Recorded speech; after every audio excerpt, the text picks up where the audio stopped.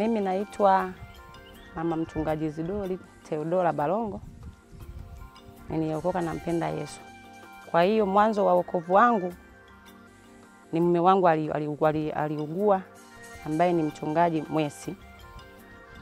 Kwa sasa alipougua aliugua mapepo. Aligua si mapepo tu ya kawaida, mapepo yale ya kupelekwa misekule.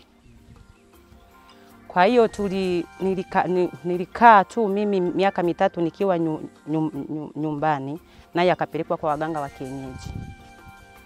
Amekaa huko hata mawasiliano yalikuwa hayapo. Nami nikakaa nyumbani na vitoto viwili vichanga. Na niseme tumeishi miaka 3 bila kuonana wala kujuliana hali. Nikakaa nyumbani nikavumilia, nikamuomba Mungu huko, na Mungu sijamuelewa na sijamfahamu vizuri. Akapata kutoka huko kwenye kutibiwa, lakini hali nikaona iko vile vile.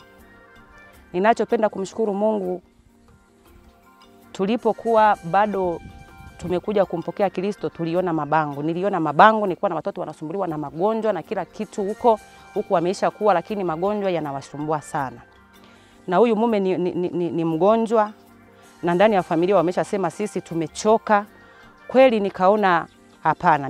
Nilipoenda barabarani nikalikuta bango limeandikwa kufika kusikofikiwa. Nikaja nikamwambia, lakini au kwa sababu waganga wameshindwa, kila kitu kimeshindikana, twende ukaombewe pale kuna mabango. Baadaye akasema inawezekana. Nikasema inawezekana kweli.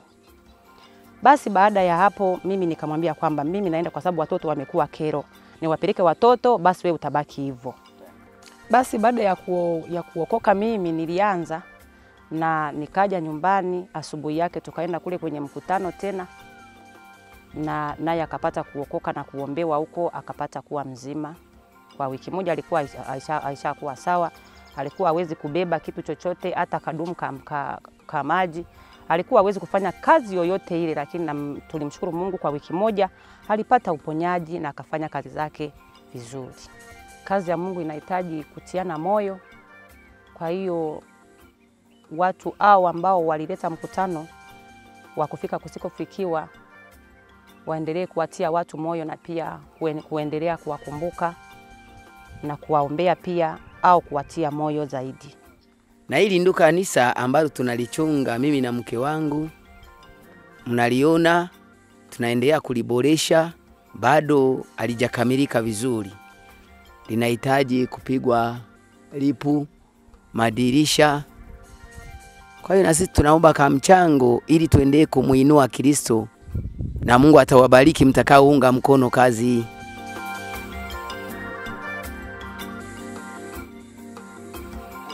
Bwana Yesu asifiwe. Kwa majina naitwa Boniface Msokoto. 2008 tulileta injili kupitia huduma ya kufika kusikofikiwa na injili hapa Bukoba. Na kupitia huduma hiyo mtumishi wa Mungu na mama mchungaji ambaye tayari sasa ni mchungaji, kupitia huduma hiyo aliweza kufunguliwa na Yesu kupitia changamoto au kupitia ugonjwa ambao alikuwa nao. Na ugonjwa alikuwa nao ulikuwa ni ugonjwa wa ule wa zezeta kama kichaa.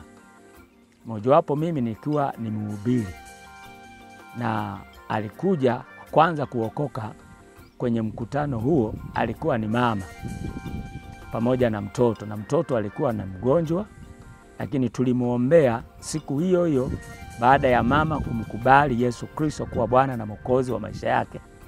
Na baada ya hapo mama kuokoka, tukamuombea mtoto wao ambaye alikuwa ni mgonjwa, na Mungu alimponya siku ile ile. Baada ya hapo siku hiyo ambaye sasa ni mchungaji, yeye hakuokoka wala hakukubali kutokana na maisha ambayo alikuwa nayo.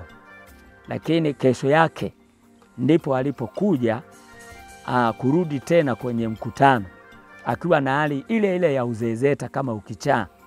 Na siku hiyo alipokuja akaisikiliza injili akiwa hali ile ile ya ugonjwa wa uzezeta. lakini Mungu kawa ni mwema, akamwamini Kristo kuwa Bwana na Mwokozi wake, akakubali kutubu na kuokoka. Na baada ya kukubali kutubu na kuokoka, hapo ndipo ilikuwa mwanzo wa kufunguliwa kutoka kwenye ukichaa na uzezeta. Lakini kabla ya hapo, alikuja wakati nilipomaliza kuhubiri, alisogea nilipoita watu wa kuokoka. Alikuwa ameshikiliwa mkono na watu, hali yake ilikuwa ni mbaya, hali yake ilikuwa ya kutisha, kwa sababu alikuwa ni mtu ambaye hajitambui, hajielewi. Alikuwa anatokwa na makamasi, alikuwa anatokwa na udende. Hata mimi kwa huruma za Yesu Kristo nilikuwa na kitambaa ambacho tayari nilikuwa natumia wakati nilipokuwa nikihubiri. Nikaanza kumfuta kwanza ule udende na makamasi ambayo alikuwa yakitoka. Lakini baada ya hapo akaniuliza, akaniambia, hivi ni kweli mchungaji nitapona ugonjwa huu? Kwa sababu huu ni mwaka wa 3 tangu niugue, na nimetembea zaidi ya waganga wa kienyeji, ambaye wa mwisho alikuwa ni mganga wa 9. Hasa je, nihakikishie mimi nitapona kweli? Kwa sababu nimeteseka sana. Lakini nilimtia moyo, nikamwambia, jipe moyo tu, maana Yesu Kristo ana uwezo kuliko mapepo na majini. Nikamuuliza tena, akauliza tena, ni kweli? Nikamwambia, we amini tu, uwe na imani, tutakapokwenda kuomba Yesu Kristo atakufungua kutoka katika hali ya uzezeta na ukichaa. Na ni kweli aliamini, na baada ya kuamini tulipoomba, tulipoweka mikono juu yake, nilipoweka mkono juu yake, Mungu aliweza kumfungua kupitia jina la Yesu. Na kuanzia hapo maisha yake yalibadilika, na maisha yake yalibadilika kabisa.